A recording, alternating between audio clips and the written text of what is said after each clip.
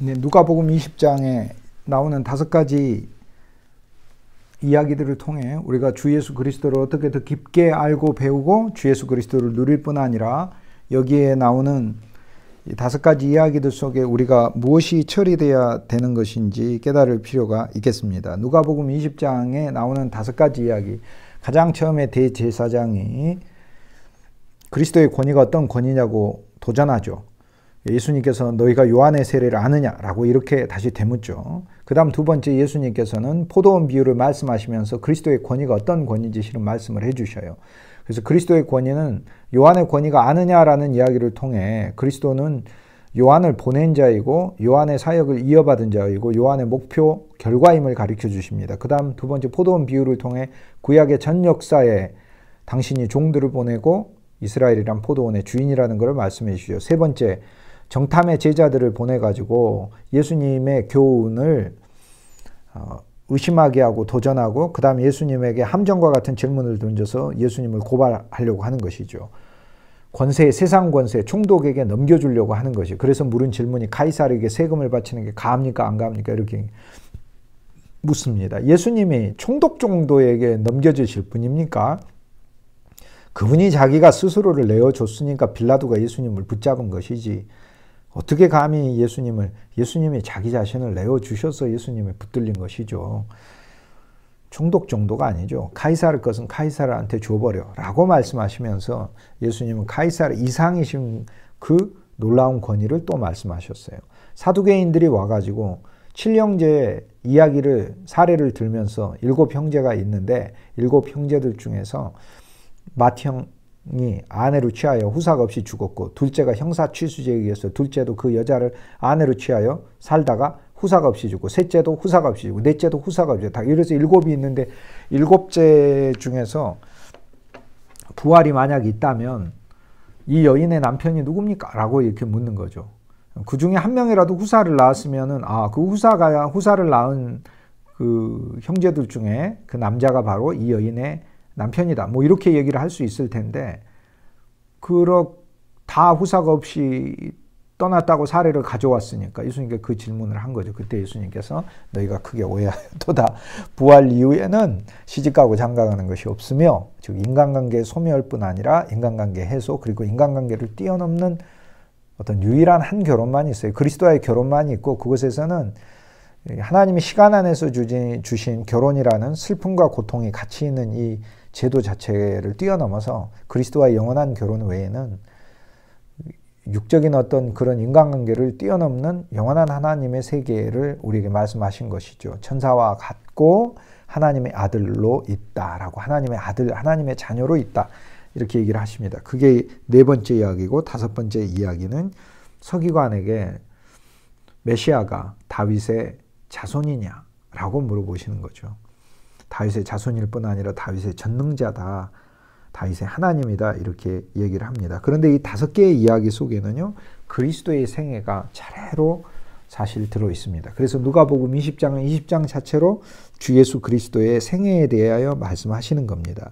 예수님은 대제사장에게 답한 세례 요한에서 자신이 이 땅에 태어나신 인간이심을 가리켜요. 어쨌든 성전에 계시기 때문에 대제사장이 예수님이 성전에 계시는데 아주 신비한 연기를 내고 기적을 놀랍게 막 행하시면서 무서운 광선을 바라고 있으면 대제사장이 감히 예수님께 와서 당신이 뭔 권위로 여기서 이러고 있는데 라고 얘기하겠습니까?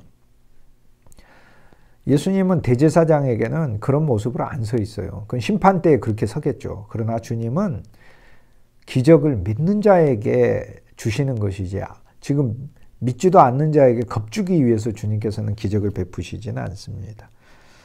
대제사장의 하나의 인간으로 있는 거죠. 그래서 대제사장 첫 번째 이야기 속에 성육신의 그리스도를 우리는 볼 수 있어요.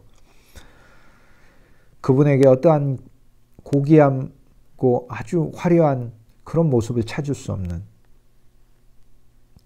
인간이 되신 자기의 모든 것을 비우신 한 존재를 종이 되신 그리스도를 볼 수 있어요. 포도원 비유에 있어서는 아들로서 오시고 하나님 아들로 오시고 그 다음 십자가에 죽으신다는 것을 우리가 알 수 있어요. 포도원 비유에 보면은 아들을 보내면 포도원 주인이 내 아들을 보내면 내 아들을 공경하리라 라고 13절, 20장 13절에 얘기하지만 농부들이 그 아들을 보고 서로 의논하면서 뭐라고 얘기합니까? 이는 상속자니 우리가 그를 죽이고 그 유업을 우리의 것으로 만들자라고 하면서 아들을 죽여버리거든요. 그래서 포도원 밖에 내어 쫓아 죽였다라고 하며 예루살렘 영문 바깥에서 서쪽 하늘 붉은 노을 저 하늘에 비추면서 거기에 그리스도의 피를 쏟으시며 주님이 죽으시는 이야기가 나옵니다. 그래서 두 번째 이야기는 그리스도의 십자가가 나오죠. 자, 성육신이 나오고 그리스도의 십자가가 나오고 데나리온에서 하나님의 것은 하나님에게 가이사의 것은 가이사에게 하면서 그리스도의 새로운 분리와 새로운 새 창조가 나왔음을 가르쳐 줍니다. 그리고 사두개인 이야기 속에서 그리스도의 부활이 나오는 거죠. 가이사의 것은 가이사에게, 하나님의 것은 하나님에게 하면서 장사 지냄과 새 창조를 통해 그리스도의 부활이 사두개인의 7형제 이야기를 통해 나오는 거죠. 참 이스라엘의 자손 후사를 온 세상을 구원할 하나님의 강력한 사내 아이가 이스라엘에서 태어나야 하는데 그 7형제가 그 아들을 태어나게 하지 못하고 죽었다라고 사례를 가져오지 않습니까? 영적인 의미가 있는 거죠. 7형제에 대한 이야기 속에 더 깊게 들어가 보도록 하겠습니다. 그런데 주님께서는 그 이야기를 통해 당신의 부활을 우리에게 말씀해 주시고 부활 이후에 하나님의 놀라운 부활의 세계를 이야기해 줍니다. 이건 우리가 죽고 난 부활만 말하는 게 아니라 주님께서는 지금 우리에게 부활의 생명을 주셨어요. 그러니까 이 꼬여있는 인간관계 속에서 산다고 생각하지 마시고 모든 하나님의 인간관계를 초월한 천사와 같고 하나님의 자녀로서 산다는 부활 안의 인간관계를 미리 누리기를 여러분한테 권면합니다. 다섯 번째 이야기 속에서 서기관에서는 다윗의 하나님으로 새 예루살렘을 세울 분으로 나옵니다. 왜냐하면 그분은 다윗의 하나님이 되셨기 때문에 다윗을 통하여 옛 예루살렘을 세우시듯 새 예루살렘을 세우시는 하나님이시다라고 나오고 또 새 다윗으로도 오셔요. 그러니까 그분은 다윗의 후손, 다윗의 뿌리, 참 다윗 자체이시기도 하시고 그 다음 다윗을 보내시고 태어나게 하시고 다윗을 만드신 다윗의 하나님이기도 하셔요. 그리스도는 만유, 그리스도는 모든 것. Christ is everything. 그리스도는 everything. 그리스도는 모든 것이십니다. 그러므로 누가복음 20장엔 이 다섯 가지 이야기가 성육신, 그리스도 예수의 십자가, 그리스도 예수의 장사 지냄, 가이사의 것은 가이사에게 줘버리는 거죠. 세상 모든 것이 그리스도의 안에서 다 장사 지냄 받았죠. 그리고 그리스도의 부활, 그리스도의 영광의 새 예루살렘, 하나님. 이 이야기가 그리스도의 전체의 그분의 권위와 정체가 한꺼번에 나오고 있습니다. 누가복음 20장에서 오늘 우리가 알아야 될 것은 이제는 우리가 어떻게 처리받아야 하는 문제가 나옵니다. 우리가 어떻게 처리받아야 하는가는 제일 첫 번째 대제사장이 나오잖아요. 종교잖아요. 대제사장이란 이야기가 우리가 제사장으로서 종교적인 체제 아래에 있어서도 문제지만 그리스도와 더 적대적일수록 우리는 여기 종교적 대제사장이 돼버린다는 거예요. 그러므로 우리가 종교에 머물러 예수 권위를 모르는 그러한 상태에 있는 것에서 벗어나야 된다. 오늘날 많은 교회에 그리스도라는 이름이 영광받지 않고 설교에 그리스도가 주제가 아니고 설교가 그리스도를 알리는 것이어야 되고 성경이 그리스도를 말하는 것이어야 되는데 그 그리스도에 대해 그리스도는 또 탐구 대상으로만 있어요. 그거 아닙니다. 주 예수 그리스도는 생명이시잖아요. 생명. 이 그리스도 그분에 대해서 생명이신 주 예수 그리스도에 대해서 우리가 더 깊이 체험해야 하는 거죠. 이 대제사장이라는 종교가 우리에게 처리돼야 되고 그리고 악한 종, 자기의와 이 포도원이 자기 것이고 내 인생도 자기 거라고 생각하고 자기 직업도 자기 거라고 생각하고 자기 가정도 자기 거라고 생각하고 자기가 하는 사역도 자기 거라고만 생각하고 그리스도의 것은 하나님이 우리에게 가르쳐 주시는 비밀이잖아요. 그리스도의 것. 다 그리스도의 것이죠. 그리스도에게 드리고 그리스도에게서 유업을 받는 거죠. 삭개오가 주께 드리고 삭개오는 문화를 받듯이. 악한 종들이 처리돼야 됨을 보여줍니다. 내 사역을 하면서도 그리스도를 계속 거부하는 이야기가 나와요. 종들이 포도원에 일하면서 그리스도를 거부하잖아요. 오늘 우리가 목회라는 걸 하면서도 실은 그리스도를 거부할 수 있음을 그리스도를 부인하는 사역을 할 수 있음을 보여주고 있습니다. 도대체 왜 사역을 하는 거죠? 성도 수 많이 늘리기 위한 것도 아니잖아요. 우리가 헌금 많이 모으기 위한 것도 아니잖아요. 그런 걸 넘어서 성경을 많이 알기 위한 것도 또 아니잖아요. 구주 예수를 위해 하는 거죠. 우리가 예배 드린 이유가 뭡니까? 구주 예수를 위해서 하는 거예요. 우리가 복 받기 위해서만 예배합니까? 물론 예배를 통해 복은 내려오지만 예배의 목적은 예배인 거예요. 예배의 목적은 예배. 그럼 누굴 예배해 또? 하나님을 예배해요? 구주 예수 그리스도를 예배해요. 내 구주를 찬송하겠는, 내 구주 안에 아버지도 계시고 영도 계시는 거예요. 그리스도가 중심이에요. 아버지도 아들을 가리키고 있고 성령도 그리스도를 가리키고 있어요. 그래서 진짜 성령 충만한 사람은 그리스도를 알 수밖에 없게 돼 있어요. 그러므로 어떤 사람이 자기가 성령 충만하다고 막 우기는데 그 사람의 입과 그 사람의 모습에서, 입에서 그리스도가 증거되고 고백되고 모든 설교가 그리스도로 나오지 않고 그 몸에서 그리스도의 향기가 나지 않는다면 그건 성령 충만이 아닙니다. 명백히 아닙니다.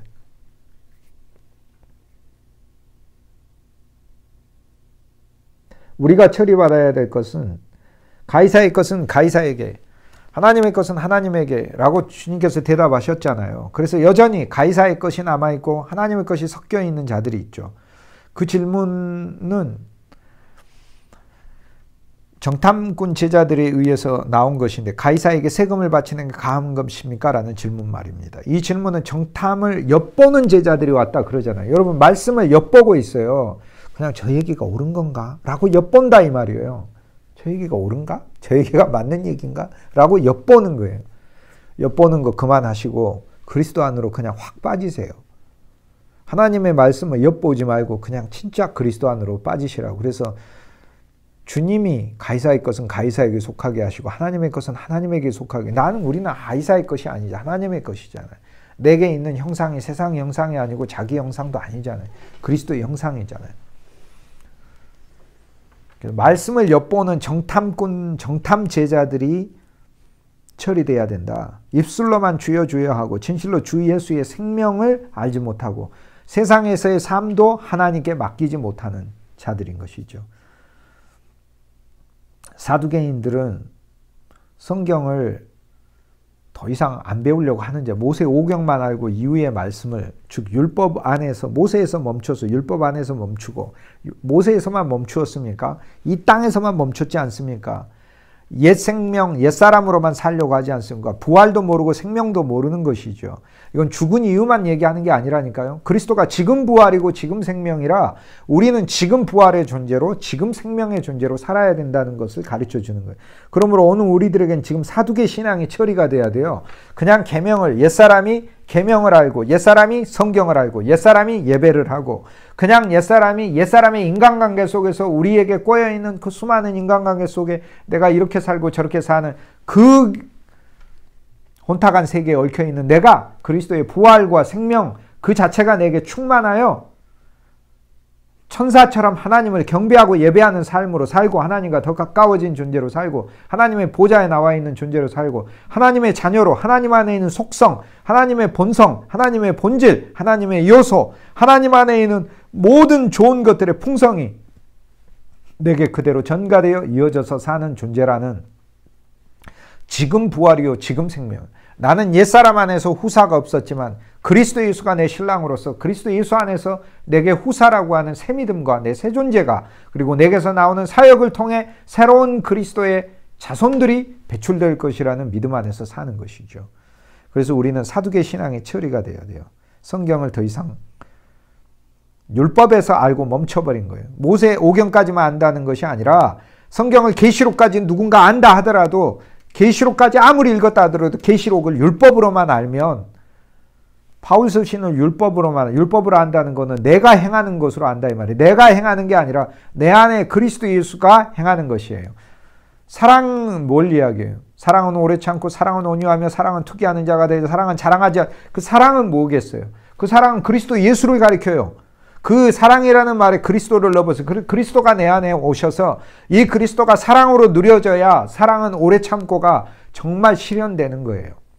물론 인간이 좀 인격이 있으면 약간 오래 참을 수는 있지만 그것도 한계가 있어요. 정말 터지더라고 막 이렇게. 제 동생이 있는데 잘 참아요. 근데 조금만 이렇게 있으면은 막 폭발하고 이런 사람들하고 달라요. 굉장히 오래 참아요. 그런데요, 걔도요 참다가 한계가 있어요. 그냥 결국에는 막 나와요. 쌓이고 쌓여서. 우리는 그런 정도로 사는 것이 아니다. 우리 안에 그리스도 예수의 새로운 생명이 율법이 아니라 생명으로 성경 전체를 읽어내신. 그러니까 모세 오경에 멈췄다는 것은 그것은 창세기, 출애굽기, 레위기, 민수기, 신명기까지만 읽었다는 문자적인 뜻을 말하는 게 아니라 신약에 이르기까지, 마태, 마가, 누가, 요한, 바울서신에 이르기까지, 요한 1서, 2서, 3서, 베드로, 전서, 후서, 유다서, 요한 계시록에 이르기까지 전체를 그냥 오경, 율법으로만 이해하고 끝낸 사람들을 말을 합니다. 그 사두개 신앙, 생명을 모르고 그리스도를 모르고 성경을 율법으로만 알고 그리고 그리스도의 부활 생명 아래서 살지 않는 그 신앙이 처리돼야 된다. 새 예루살렘 안에 그걸 얘기해요. 서기관은 뭐예요? 성경을 잘합니다. 성경을 쓰는데 뭘로 써요? 문자로 써요. 영어로 쓰지 않고 실제이신 그리스도 예수로 쓰지 않는, 심령 안에 쓰지 않는 거. 주님이 또 써야 돼요. 우리 스스로 쓸 수가 없어요. 그리스도의 영이 우리 안에 쓰게 우리는 성경을 읽는 것이죠. 그리고 자기 관념으로 성경을 봐요. 그 자기 관념과 자기 시각 아래서 그리스도를 이해해요. 예수님은 다윗의 후손이네 라고 이 정도로만 이해해요. 그러나 그 사고를 뛰어넘는 걸 주님은 가르쳐줘요. 그래서 진짜 사실 성경을 열어서 주님은 많은 사람들이 시야를 열어주거든요. 대제사장의 시야도 열어줘요. 비유를 통해 가지고 열어줘요. 포도원 비유를 통해서. 그뿐 아니라 서기관들이 와가지고 가이사에게 세금 바치는 게 가하냐 안 가하냐 그러니까 주님께서는 그들의 시야를 열어줘요. 그리고 사두개인들에게 와서는 부활을 모른다고 하니까 부활? 야, 하나님이 아브라함의 하나님, 이삭의 하나님, 야곱의 하나님이라고 하지 않았느냐. 말씀 안에서 부활을 읽어내라 라고 얘기를 하는 거예요. 너희는 그게 어떻게 죽은 사람이라고 생각하냐. 하나님께는 모든 자가 살았느니라 라고 하며 시야를 열어주는 거예요. 새로운 안목. 어느 누구가 구약을 읽으며 아브라함의 하나님, 이삭의 하나님, 야곱의 하나님에서 부활을 읽어냈습니까? 아무도 안 읽어냈잖아요. 그러나 예수님이 읽어내라고 하잖아요. 우리 보고 읽어내라고. 오늘 우리도 성경을 창세기부터 읽으면서 부활 안에서 읽어야 돼. 부활 안에서의 첫째 날, 부활 안에서의 둘째 날, 부활 안에서의 셋째 날, 부활 안에서의 넷째 날, 부활 안에서의 다섯째 날, 부활 안에서의 여섯째 날, 부활 안에서의 일곱째 날, 부활 안에서의 에덴 동산 창세기 2장, 부활 안에서의 안식일부터 창세기 2장이 시작합니다. 부활 안에서의 생명나무, 부활 안에서의 선악나무의 처리, 부활 안에서의 네 개의 강, 창세기 3장, 부활 안에서의 주의 처리, 부활 안에서의 그리스도 예수께서 뱀에 대한 처리, 그리스도 예수께서 부활 안에서 여인에 대한 사랑, 부활 안에서 남자에 대한 소산을 주심과 승리를 하게 하심. 계속 부활 안에서 우리는 성경을 읽어야 될 필요가 있다라는 거예요. 그런데 서기관은 주님께서 너희의 시야가 그리스도가 그냥 하나님의 아들이다. 또 이 땅에 인간으로 오셨다. 다윗의 후손으로 이런 정도 수준으로만 알지 말라는 거예요. 그 이상을 보라는 거예요. 그리스도가 어떤 존재인지. 그리스도는 모든 기원이시오. 근원이시오. 골로새서 1장 15절에 그러니까 뭐라고 해요? 골로새 1장 15절만이 아니고 에베소서 1장에서부터 만세전에 그리스도 안에서 만물을 선택하시고 만물을 통일시키기로 하셨고 만물이 그리스도 예수 안에 모이기로 했다. 골로새서 1장에는 또 뭐라고 나와요? 만물이 그 안에서 창조되고 그를 통하여 존재하고 있고 그를 향하여 가고 있고 그가 종착지가 되고 그리스도가 종착지가 되고 그리스도 예수는 보이지 않는 하나님의 형상이시요 그리스도 예수는 우리 안에 일하시는 능력이시오 그리스도 예수는 만물 속에 감춰져 있던 비밀이시오 그리스도 예수는 성도의 기업이시오 항목이 한두 개가 아닙니다. 에베소서 2장에 48개 우리의 항목도 나오지만 그리스도 예수의 항목은 수도 없이 엄청나게 나와요. 골로새서 2장에 가면 그리스도 예수는 먹는 것이요 마시는 것이 2장 16절에 먹는 것 마시는 것 데일리 안식일 위클리 한 주 매주 월삭 매달 절기 매년 매일에 관한 것 매주일에 관한 것 매달에 관한 것 1년에 관한 것 쉽게 얘기해서 뭐예요? 우리 삶의 모든 것 이것은 그림자요. 그림자의 몸은 그리스도니라. 그러니까 그리스도의 그림자란 이야기입니다. 그리스도 그 몸은 그 그림자는 몸에 달려 있잖아요. 그건 그림자들이에요. 우리는 다 그림자들이고 진짜 몸은 그리스도다. 그리스도의 몸이 우리에게 비쳐 있는 것이죠. 예수님이 이 정도 항목까지 가요.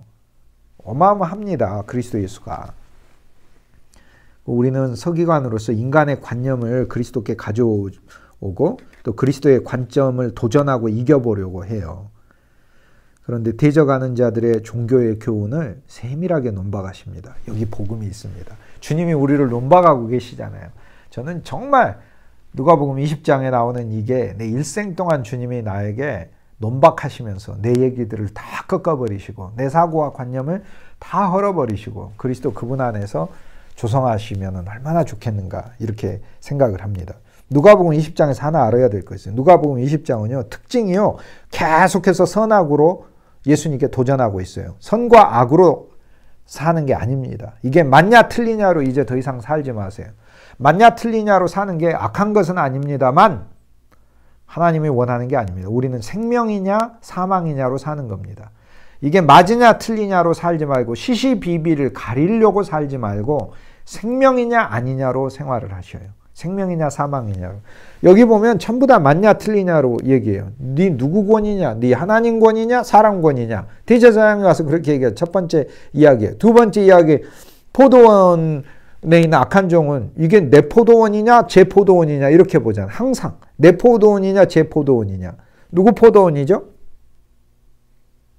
공동 포도원이에요. 아들의 포도원만이 아들이 상속받고 아들이 갔습니까? 로마서 8장에 그 아들과 함께 우리가 공동 상속자가 되었잖아요. 그러니까 하나님께서 포도원 주인께서 이 아들을 보낸 이유가 뭐겠어요? 아들이 수확을 다 가져다가 혼자서 아이고 고생 많이 했네. 뭐 잘 먹고 살아 하면서 아들이 다 챙겨간다는 뜻이 아니라 아들이 다 받아서 그들에게 다 분배하려고 가지고 오신 거잖아요. 분배하려고. 공동상속자. 그러니까 아들 것이냐 종의 것이냐 해서 아들 것이냐 이런 정도만도 아니야. 하나님에게는 우리가 알지 못한 새로운 개념이 있어요. 가이사에게 세금을 바치는 게 옳습니까? 그럽니까? 항상 옳으냐 그러냐로 접근해요. 그리고 누구 아냅니까? 사두개인이 와서 7형제 이야기를 하면서 누구 아냅니까? 이렇게 얘기를 한다고요. 누구 아내예요? 누구 아내? 첫 아들의 아내입니까? 둘째 아들의 아내입니까? 셋째 아들입니까? 아니면 넷째 아들입니까? 다섯째 아들, 여섯째, 일곱째 아들이 바로 이 여자의 남편입니까? 누구의 아내입니까? 이렇게 묻는다고. 항상 다윗의 자손입니까? 다윗의 뿌리입니까? 이렇게. 다윗의 자손도 되고 뿌리도 되고 다윗의 하나님도 되고 하는 것이죠. 우리는 선악으로 사는 이런 질문들에서 벗어나야 돼요. 바리새인과 서기관 항상 예수님께 이것입니까? 저것입니까?로 묻습니다. 사실 그리스도 예수는 그보다 훨씬 더 높은 차원에 있다는 것을 보여주고 있습니다. 이 다섯 부류는 다 세례 요한을 거부한 자들이에요. 대제사장은 의복을 빨가벗기에 수치스러워했어요. 왜냐하면 세례를 받아야 하면 세례 요한의 세례를 거부한 거잖아요. 악한 종들은 독사의 자식이라는 사실을 깨닫기를 거부했어요. 그럼 독사의 자식들이에요. 포도원을 주었는데 아들까지 죽이게 되니까. 정탐 제자들은 세상을 장사 지내는 세례에 대해서 몰라요. 진짜 요한의 세례를 안다면 요한의 세례는 세상을 장사 지내는 세례예요. 그런데 정탐꾼의 제자들은 정탐 제자들 말씀을 계속 정탐만 해요. 생명의 말씀을 정탐만 해요. 옳으냐 그르냐가 아니라니까요. 그리스도 예수는 생명 자체라니까요. 그리스도 예수를 확 받아들이시라고요. 생명 말씀 자체에 대해서 정탐하는 게 아니라고요. 탐색하지 마시고 그리스도 안으로 들어가시라고. 탐색하면 세상과 그리스도가 혼동돼가지고 이것이냐 저것이냐 옳습니까 그럽니까로 선악으로 살면서 가이사에게 세금을 바치는 게 옳습니까 그럽니까 라고 하는 자기 관념과 자기 개념과 자기 고민에 빠져가지고 거기에 갇혀서 더 이상 해방되지는 못하고 하나님께서 그분이 정리하시고 그분이 펼쳐가시고 그분이 세상도 관장하시는 분이시고 그분이 가이사 것은 가이사라고 바치라고 했다는 이야기 속에 그분이 가이사의 영역까지도 손에 쥐고 통치하신다는 걸 말하는 거 아닙니까? 가이사가 어떻게 되든지 말든지 나는 상관이 없다라고 얘기하신 게 아니라 가이사의 것은 가이사에게 바치라라고 하는 이야기는 그분이 가이사에 속한 영역까지도 그분이 관장하고 계신다는 것을 우리에게 보여주는 거죠. 그러니까 가이사르조차도 하나님 앞에 감사해야 되는데 감사 안 하잖아요. 가이사르가 하나님 앞에 감사해서 내가 그나마 백성들 위해 왕 되고 황제 되고 대통령 되고 권세자 된 것은 그나마 하나님의 은혜입니다라는 생각 가지고 여기 포도원 비유에 나오는 종처럼 유산을 다 가지려고 하지 말고 많은 사람들과 나누려고 하는 그 아들의 후덕한 성품을 갖는 것. 그것은 요한의 세례를 거치고 그리스도 안에 영안의 세례를 받을 때 가능한 것이죠. 그렇게 생각이 바뀌어야 되겠지요. 사두개인들은 모세만 알고 요단을 건너 여호수아와 함께 부활의 새 땅에 가는 걸 몰랐어요. 요단을 건널 때 돌 12개를 담그면서 육신이 장사 지내지고 새로운 관계, 새로운 영역으로 들어가면 사두개인은 몰랐어요. 서기관은 영을 주는 세례 있어서 비둘기, 영을 주는 비둘기가 바로 그리스도 예수, 하나님의 영의 충만이시잖아요. 서기관은 그걸 모르고 문자만 아는 사람들입니다. 사실상 세례 요한의 이야기가 처음 나오는데 주님이 너희가 세례 요한을 아느냐? 라고 이렇게 물어보셨을 때 세례 요한을 모두가 다 모르고 있는 거예요. 여기서 다. 오늘 우리들은 그리스도 예수 안에서 주님이 처음 말씀하신 바로 그 놀라운 이야기 속에 전체의 그룹들이 다 해당이 돼요. 그런데 여기 또 복음이 있습니다. 이 모든 주님을 반대하는 5 부류가 우리잖아요. 우리가 우리 종교를 지은 대제사장이고 우리가 악한 종들이고 우리가 정탐하잖아요. 말씀을 늘 믿음으로도 안 받아요. 그리고 우리 사두개인이야. 율법으로 읽고 부활도 믿지도 않아요. 부활과 생명, 이게 당장 내가 그리스도 안에서 지금 새 사람이요 새 부활의 존재라는 그 인식 아래 하나님의 말씀을 알지 않아요. 그리고 그 부활 안에서 주님이 우리의 모든 옛것을 해방하셨고 새 것 안에 있다는 그 생각도 없어요. 그리고 서기관으로 성경을 자기가 쓰고, 성경 쓰게 하지 말라는 게 성경 쓰긴 참 좋습니다. 그런데 문자로 성경을 쓰는, 문자로 성경을, 영으로 성경을 써요. 영으로. 영이 우리 심령에 성경을 쓰는 것. 진실로 성경은 말씀이고 말씀은 그리스도니까 그리스도가 쓰여지는 것. 그리스도가 쓰여지는 성경 쓰기를 해야 한다. 그리스도가 우리 심령에 쓰여지고 그리스도를 성령이 우리 안에 그리스도를 쓰는 성경 쓰기를 하는 게 서기관이죠. 근데 이들의 모든 죄들, 그리스도를 거부한 5 항목의 5 부류의 이 사람들의 죄를 주님이 지셨잖아요.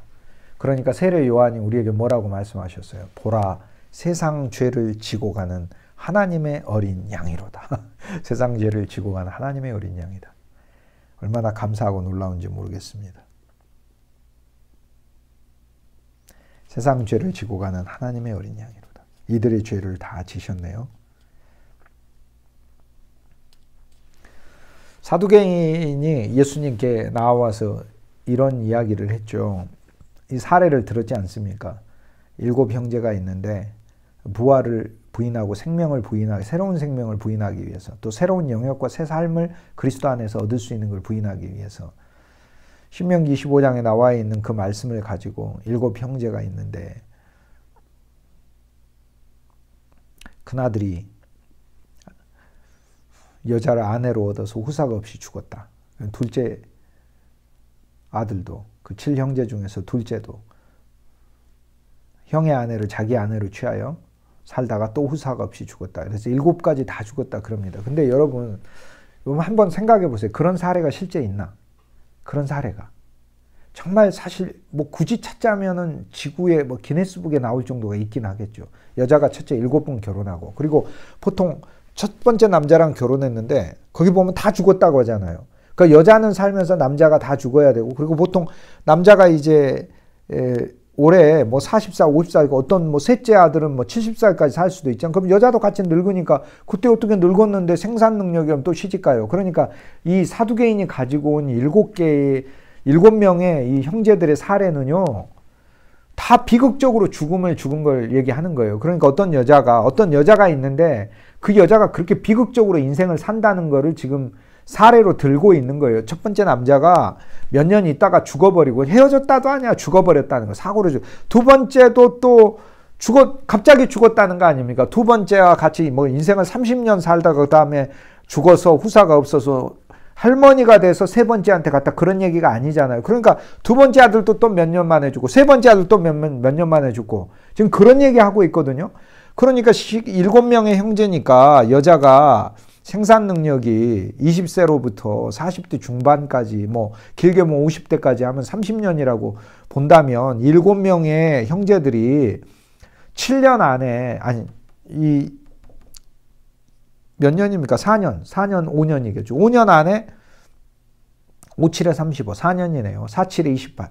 4년 안에 3년 지나다가 4년 정도씩, 4년이 못해서 다 죽었다는 얘기 아닙니까? 3년 좀 살다가 다 죽었다는 얘기잖아요.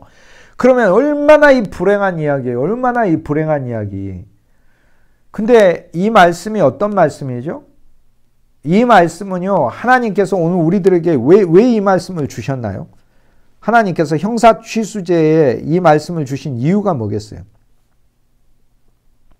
하나님께서 오늘 우리들에게 이 말씀을 주신 것은 어떤 여인이 시집을 가서 후사가 없이 그 남편이 죽었을 때 신명기 25장에 나오는 그 말씀은 하나님께서 한 여인이 혼인을 해서 남편이 죽었어. 그럼 아들이나 자녀가 있으면 소망이잖아요. 아들이나 남편보다 아들이나 자녀가 훨씬 더 훌륭하고 좋으니까. 그러니까 후사인데 그 후사가 없으면 이 여인의 삶이 얼마나 가련해요. 그러니까 하나님은 이 여인에게 새로운 행복과 기쁨을 주시기 위해서 후사를 낳게 하기 위해서, 결혼만이 목적은 아니에요. 결혼한다고 해서 또 불행이 없겠습니까? 불행이 여전하지. 또 물론 뭐 이전보다 나을 수는 있겠죠. 하지만은 하나님께서는 궁극적으로 다시 이 여인을 결혼하게 하신 것은 후사를 통한 새로운 행복을 주고자 하시기 위해서, 모르는 사람이 아니라 그 형이 세상을 떠났을 때 동생이 형의 아내를 취하라고 말씀하신 거죠. 그러니까 하나님이 이 계명을 주신 본뜻이 뭐예요? 본뜻은 뭐냐면 인간의 행복을 위해 주신 거잖아요. 인간의 행복, 율법은요 행복을 위해 주신 거예요. 안식일을 지키라 라고 얘기한 건 우리 보고 쉬라고, 하나님이 힘드니까 너 쉬어야 되겠다 라고 해서 우리 행복을 위해 하나님은 율법을 주신 것이거든요. 그러니까 하나님이 이 율법을 주신 이유가, 형사취수제란 율법을 주신 이유가, 이 땅 안에서 인간이 살다 보면 고통과 슬픔과 이별을 겪어야 될 수밖에 없고, 그런데 거기에 자녀라도 있으면 자녀를 소망 삼아 사는데, 자녀도 없는 한 여인이라면 하나님은 그 여인에게, 그 여인이 젊었을 때 새로운 기회를 하나님 주시기 위해 행복을 위해서 그 계명을 만든 건데, 그 계명을 오히려 이 사두개인은 어떻게 해석하고 있죠? 인간이 겪을 수 있는 가장 최악의 불행을 사례로 예로 들어서 하나님 말씀을 보고 있으니, 말씀을 볼 때마다 하나님이 우리에게 행복을 주시기 위한 말씀으로 읽지를 않고 나의 가장 불행하고 비참한 사례가 나올 수 있는 방식으로 그 말씀을 읽고 있다, 그 얘기예요. 이 얼마나 하나님 앞에 참으로 가증하고 악한 태도입니까? 여러분, 사두개인이 예수님한테 그런 예를 들고 왔어요. 참 예수님 정말 어이가 없으시겠죠. 인간의 행복을 원하실 뿐 아니라 주려고 하시는 분이세요. 그러신데 그런 주님에게 악심으로 하나님의 말씀을 풀이를 해가지고, 그것도 부활과 생명이 새로운 하나님의 풍성과 복을 주는 것인데, 부활과 생명을 부정하기 위해서 하나님의 율법을 거꾸로 하나님의 의도와는 정반대의 사례를 들고 와서 이야기를 합니다. 이런 악심이 우리 안에서 정말 그리스도의 십자가에서 죽어야 합니다. 여러분, 하나님은 우리를 정말 행복하게 하시고 즐겁게 하시고 풍성하게 하시고, 우리가 믿음으로 무슨 일을 하든지 우리를 복주시기를 원하신 하나님이세요. 하나님은 우리 인생에 하나님의 모든 계명들은 우리를 행복하시기 위하여, 그리스도를 통하여 하게 만들기 위하여 주신 것이죠. 그러므로 우리는 하나님의 말씀을 읽을 때마다 생명 안에서 읽으시고, 은혜 아래서 읽으시고, 부활 안에서 읽으시고, 그분의 축복 아래서 말씀을 읽어야 됩니다. 최악의 사례로 가정해가지고 읽는 것이 아니고요. 그건 하나님의 말씀 자체를 모독하는 것이지요. 신명기 25장 6절에 나와 있는 형사취수제의 하나님의 본뜻 말씀 자체를 무시하고 모독하는 것이지요. 여러분, 우리가 성경에 대해 배우고 신학에 대해서 배우고 하나님에 대해서 배우고 하는 이유가 무엇이겠습니까? 세상의 지식도 마찬가지죠. 하나님은 그 가운데 세상의 지식도 자기의 행복을 위해서 배우는 것인데, 하나님의 어찌 하나님의 말씀 안에서 우리가 악심을 가지고 하나님의 말씀을 읽어내기를 원하시겠어요? 전혀 그렇지 않죠. 사두개인이 그렇게 예수님께 예를 든 겁니다. 인생의 가장 불행한 사례들만 여러분 속에 생각하는, 그게 옛사람의 본성입니다. 그러나 주 예수의 생명과 부활이 있으면 우리가 천사와 같고 하나님의 영광 안에 있고 하나님의 자녀다. 사랑과 은혜와 생명과 거룩과 빛과 지혜의 자녀다라는 거죠. 그게 바로 누가복음 20장에서 주님이 우리에게 풍성하게 주고자 하는 것입니다. 그리스도 예수 안에서 하나님이 우리가 얼마나 풍성하고 좋은 분인지, 저와 여러분이 우리 주님 앞에 이 놀라운 주님을 언제나 찬송하도록 했으면 좋겠습니다. 감사합니다.